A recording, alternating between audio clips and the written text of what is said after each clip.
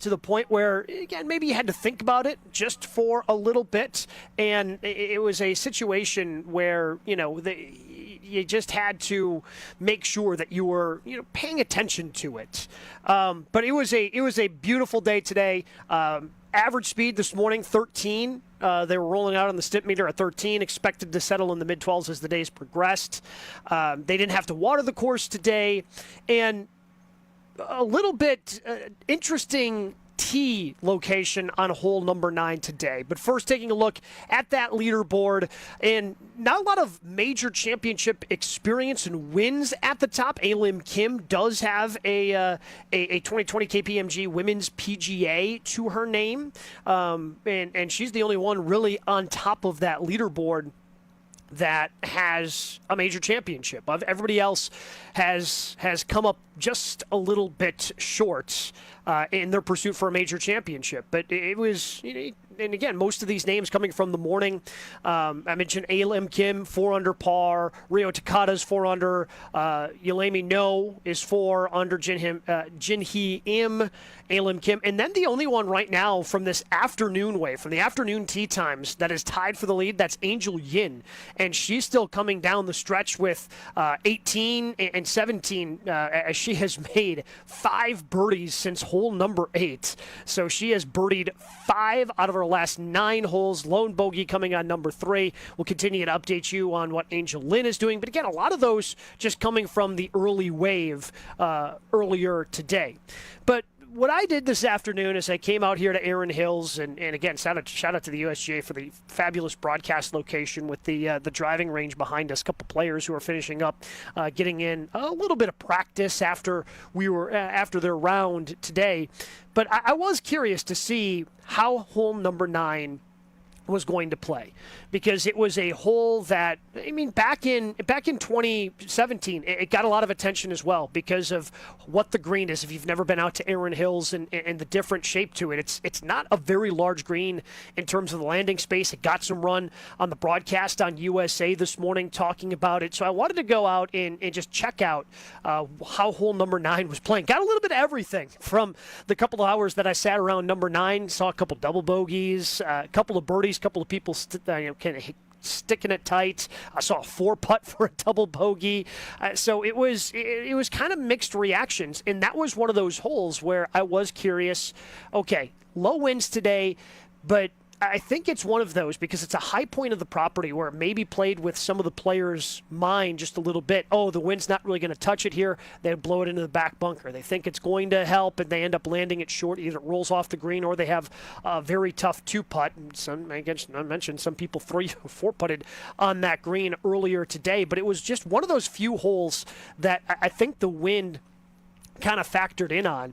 And if you do plan on coming out, yeah, I think that's a great place if you're going to be spending a day out here. Spend an hour. Sit there. Watch balls come into that green. It's certainly a fun one. It's one of the holes where they do have a grandstand, but there's still plenty of standing space. I was there when the featured group, really of the entire first 2 days, came through with Nelly Korda, Charlie Hall, and Lexi Thompson. That group's still out on the golf course, but I was on 9 when they came through.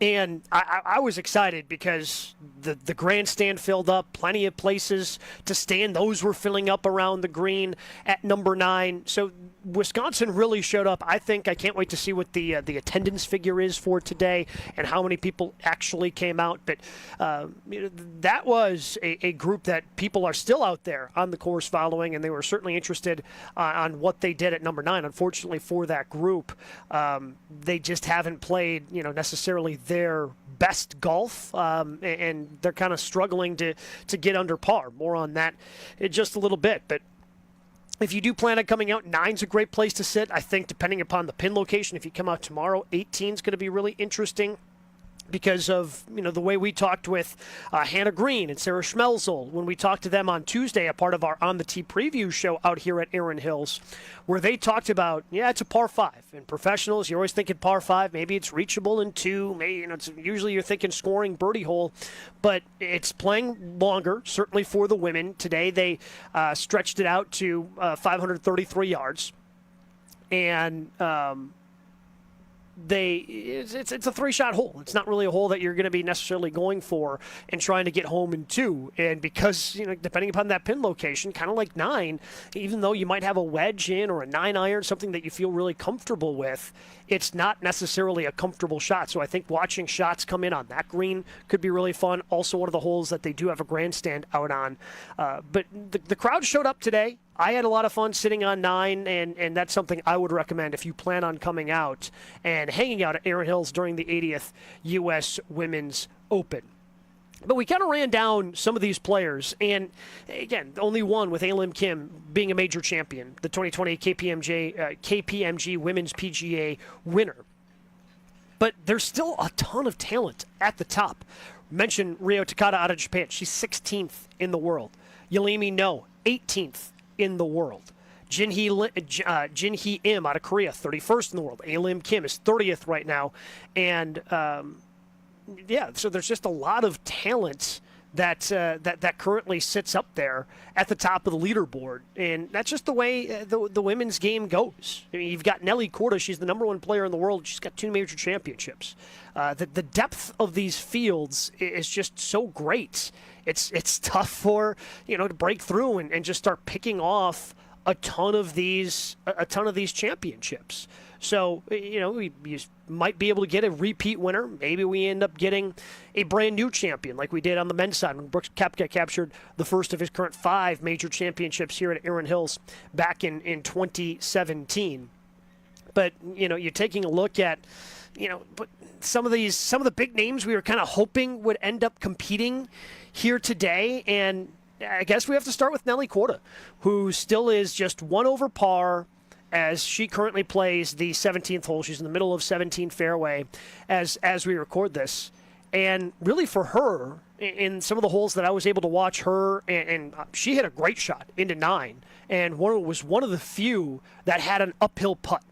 A lot of people were kind of missing in the same spot, but it left a pretty tricky downhill putt from the back fringe where the pin location was today, and it was a tough putt to make. A couple people ran it in, but Nelly was one of the few that had a putt going up the hill. And the greens, as I mentioned, they're the U.S. Open. It's going to be a little bit quicker. She just maybe hasn't found the pace. Left her putt on 3 right in the jaws, had a really good look for birdie on the par 5 14th. Left that in the jaws, but left it short as well.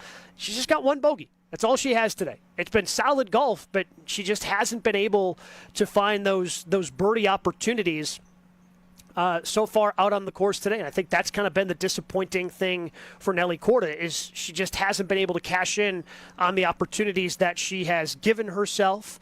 Lydia Ko, world number 3.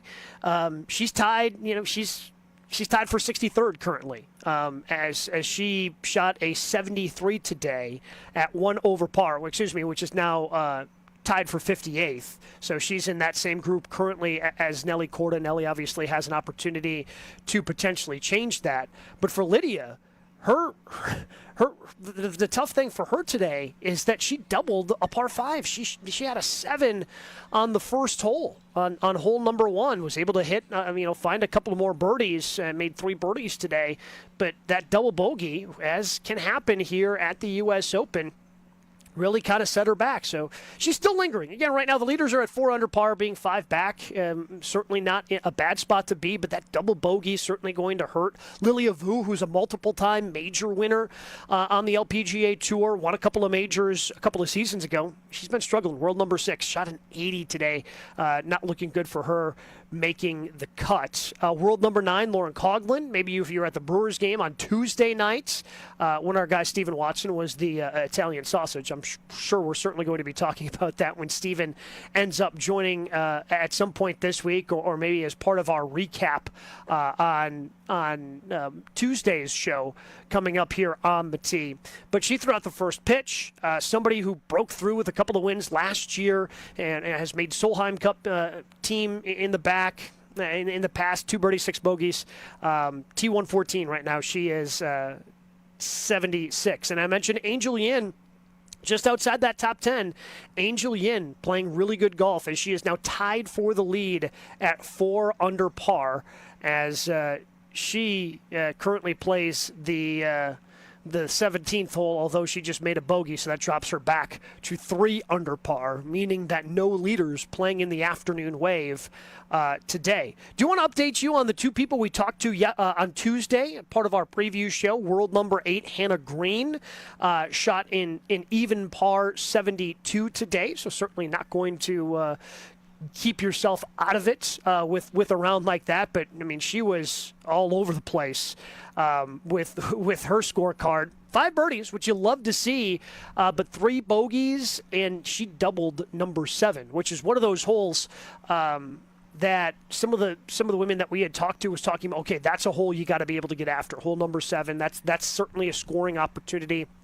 But she was able to bounce back, making back-to-back birdies to make up for that double bogey, keeping herself in it at 72. And then Sarah Schmelzel. She's world number 52, is Sarah. Enjoyed our conversation. Again, if you want to hear those, you can look back on the YouTube page here, or if you have the ESPN Wisconsin app, just make sure you download that. Go listen to our preview show and listen to the interviews we were able to do with Sarah and Hannah.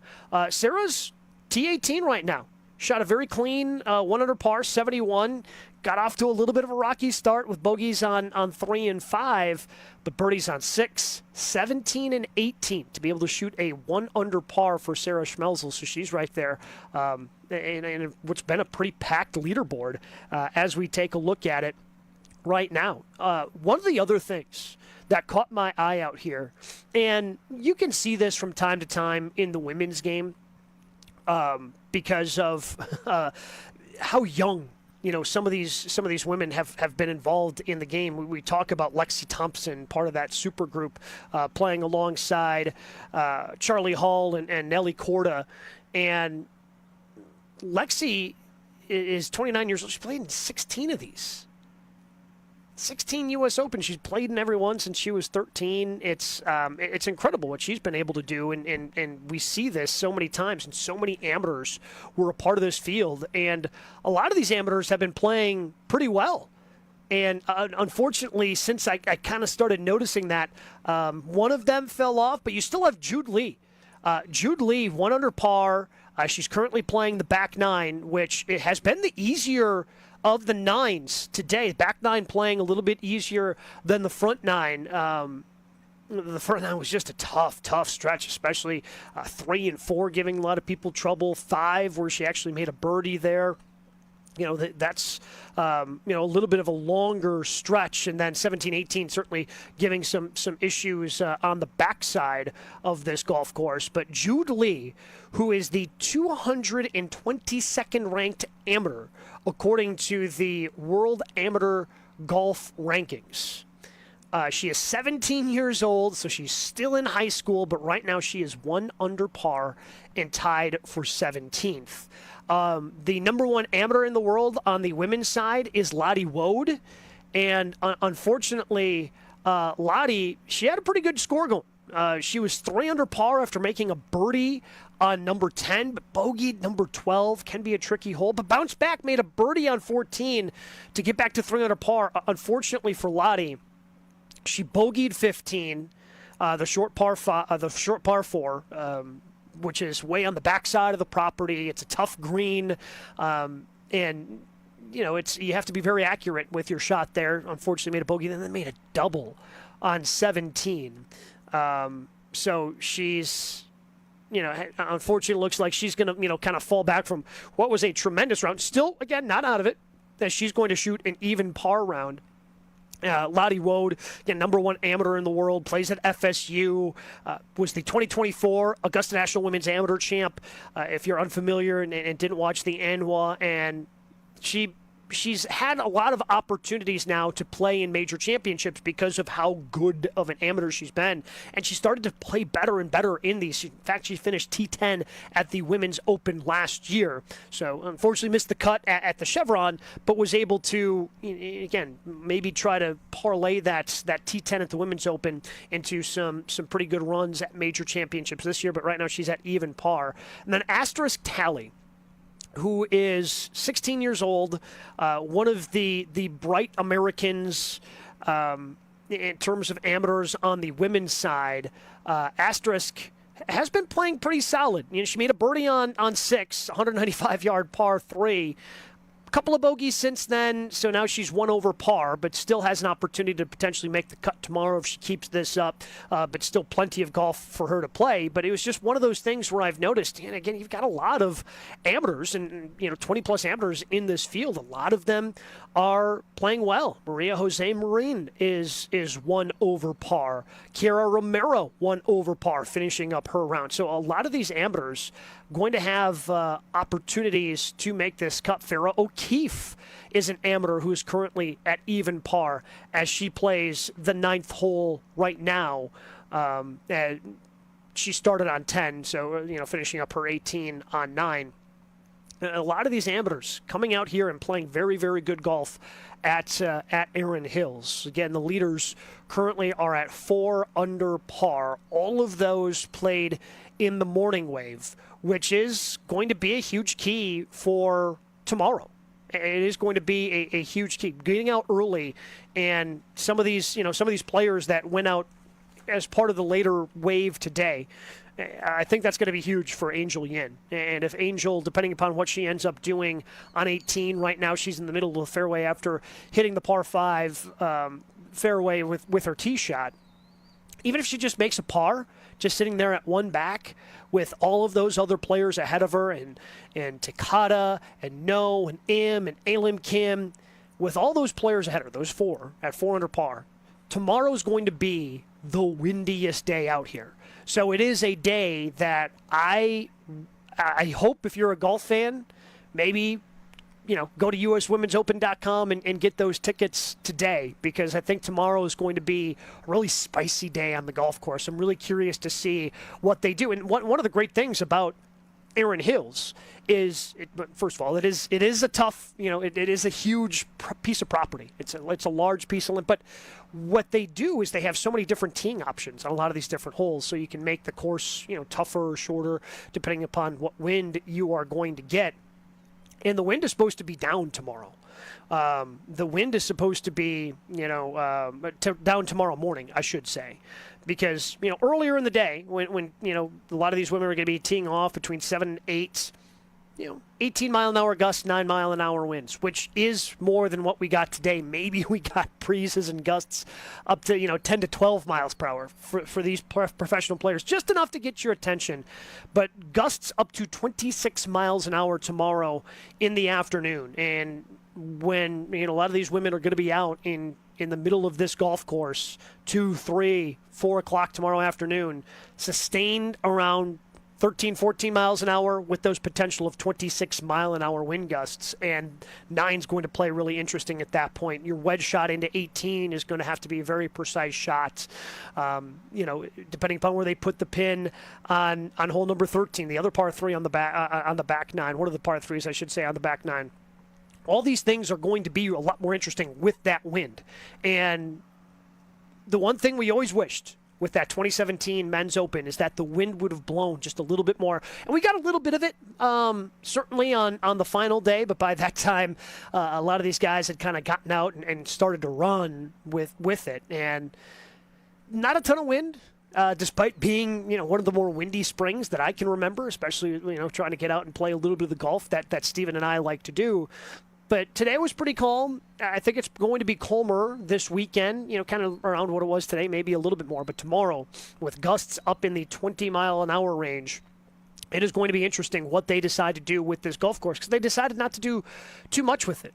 Again, played it today at 6,745 yards, so right around what they said. I think they, when they had initially sent out, just the stock yardages for what the holes were going to play, it was around 68. So maybe they shortened up a couple of different holes today. They didn't have to put any rain on the golf course because they got some rain, certainly on Wednesday and then overnight. So be interesting to see what they decide to do tomorrow, if they have to put a little bit more water on the greens and try to soften things up just a little bit with the anticipated winds that are going to be coming, especially in the afternoon, which is why it is going to be so imperative, I think, for Angel Lynch. She's sitting in a really good spot, I think, right now. Angel Yin is, provided she can make a par on 18, because she is going to be going out and playing in some of those easier conditions.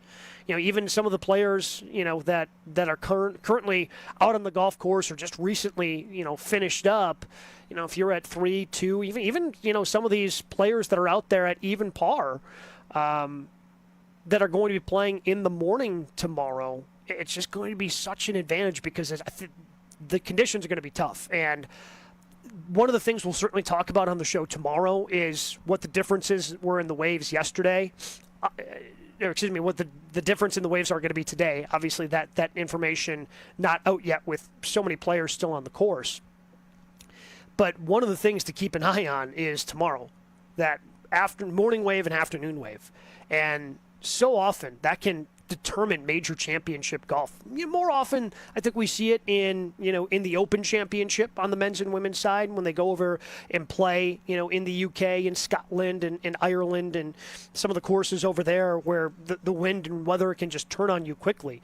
But with the way the winds are supposed to play tomorrow, the players who are teeing off tomorrow morning, mentioned Lottie Woad, Angel Yin, even, again, if Nelly Korda can find a way to make a birdie coming in, I think that she's going to have an opportunity to potentially, and she just made a par on 17, so she just has 18 left, and being one of the longer players out there, calm winds, very calm right now as she's finishing up her round. She's going to have a really good chance to put up a number, I think, tomorrow morning. Because you're not going to see a lot of the numbers. You're going to see a lot of these women who are currently playing or who are going to be playing in that wind, I think, kind of holding on a little bit. And maybe some of those players who are currently 4 under par, they end up taking a step back. But if you are planning on coming out tomorrow, Nelly Korda, Charlie Hull, Lexi Thompson, they're teeing off on number 10 at 7:40. Tomorrow morning, so they're going to be a part of that morning wave tomorrow. If you want to check out some of the best amateurs in the world, Lottie Woad is going off with Amy Yang and Ayaka Fudue at 7:18. Right before them, Angel Yin, who's one of these players that we've talked about, playing with a pretty good group, Patty Tavatanakit and Lynn Grant, as well at 7:29. So you can just post up on hole 10 and watch those three groups tee off, or find a spot on the back nine where you can kind of watch those groups come in, especially, potentially seeing them come through on 18. But again, these groups that are going off tomorrow afternoon, we talked about Sarah Schmelzel teeing off at 103. Jinhee Im, who's one of those currently tied for the lead, teeing off at 136 right before those winds are really supposed to pick up around 2 o'clock. Hannah Green, Laura Coughlin teeing off at 103. That's the tougher wave, certainly. And today, while it looks like the morning played a little bit easier, I can't imagine ultimately it's going to be that big of a difference. There wasn't a ton of wind or really changing conditions throughout the course of the day here today at Erin Hills, but you're going to certainly see that, and that's going to be a part of tomorrow. There is a slight chance for a little bit of rain, tomorrow. There was a chance for rain here, and honestly got kind of dark. So I was sitting there on hole number 9 looking out beyond the golf course, but we ended up never getting that. Sun came right back out and ended up being a beautiful day here at the 80th U.S. Women's Open. So go to uswomensopen.com, get your tickets. Stephen and I talked about this a little bit on the show on Tuesday. We don't know when we're going to be getting one of these championships again. We've got a lot of the amateur championships coming, and we had the Senior Open just a couple of years ago as well, up at Century World. But I don't know when we're going to be getting major championship golf here in Wisconsin. And today was a perfect day, great day to watch some of the best in the world go out and play. And honestly, it's fun to watch a lot of these women play, because, again, they're just so in control of their golf ball seemingly at all times. But additionally, it's something where it's more relatable, I think, for a lot of amateur players out there. You're seeing what some of these guys do on the men's side, like Rory, going and playing at Pebble Beach and ripping it over the tree in the corner on hole 14. That's not relatable it's cool to see, but not relatable. So you can kind of see what the best do in terms of always being in control of your golf ball. And I think that's just fantastic. They're going to be on display here over the course of the next 3 days. If you get an opportunity, can't encourage you to come out here enough. Because I want the state of Wisconsin to represent the way we have at all the other, and obviously did a great job representing up at Black Wolf Run in 1998 and 2012 when the women's opens were up there. And when there's the reason why I think they like the USGA keeps coming back here with some of their big time amateur championships here as well, with the men's and women's amateur. They'll have the 4-ball competition, 5 different USGA competitions still to come here in the future to Erin Hills. But men's and women's major championship golf, it's just something different. It's something special. And this course is now one of just 16 to host a men's and a women's U.S. Open. Because the men's have decided to go with more pillars and book it out so far in advance, don't know if we're going to see another men's open out here in Erin Hills. PGA, unless they change the date back to August, it's just too early in the calendar in the middle of May to have it here in the state of Wisconsin. And on the women's side, you're hoping that the course shows out the way it did today and can be a great place to play. But on the women's side, those opens are planned out so far in the future. So it's just hard to say when we're going to get major championship golf back in the state of Wisconsin at the highest level on the men's and women's side. So come out, enjoy it the best that you can. Try to just really get out here again. I think it's going to be a fun day tomorrow. Tomorrow is going to be one of the more fun days, I think, to be out here. People trying to fight for the cut line and see what they can do in terms of keeping on top of that leaderboard in the afternoon. Maybe some of these players with the low winds in the morning kind of pinning their ears back, trying to post a number that, some of the women have to go out in the afternoon and try to catch in those high winds. Tomorrow is going to be a really fun day, potentially the most fun day of the championship. And again, on Thursday, Friday, there's just so much golf going on. Posting up on a hole is great with the threesomes coming through, and you just get to see so much golf before you get to the weekend. If you're not able to make it out here, again, check it out on USA or NBC. It's going to be on NBC and Channel 4 in Milwaukee all day on Sunday.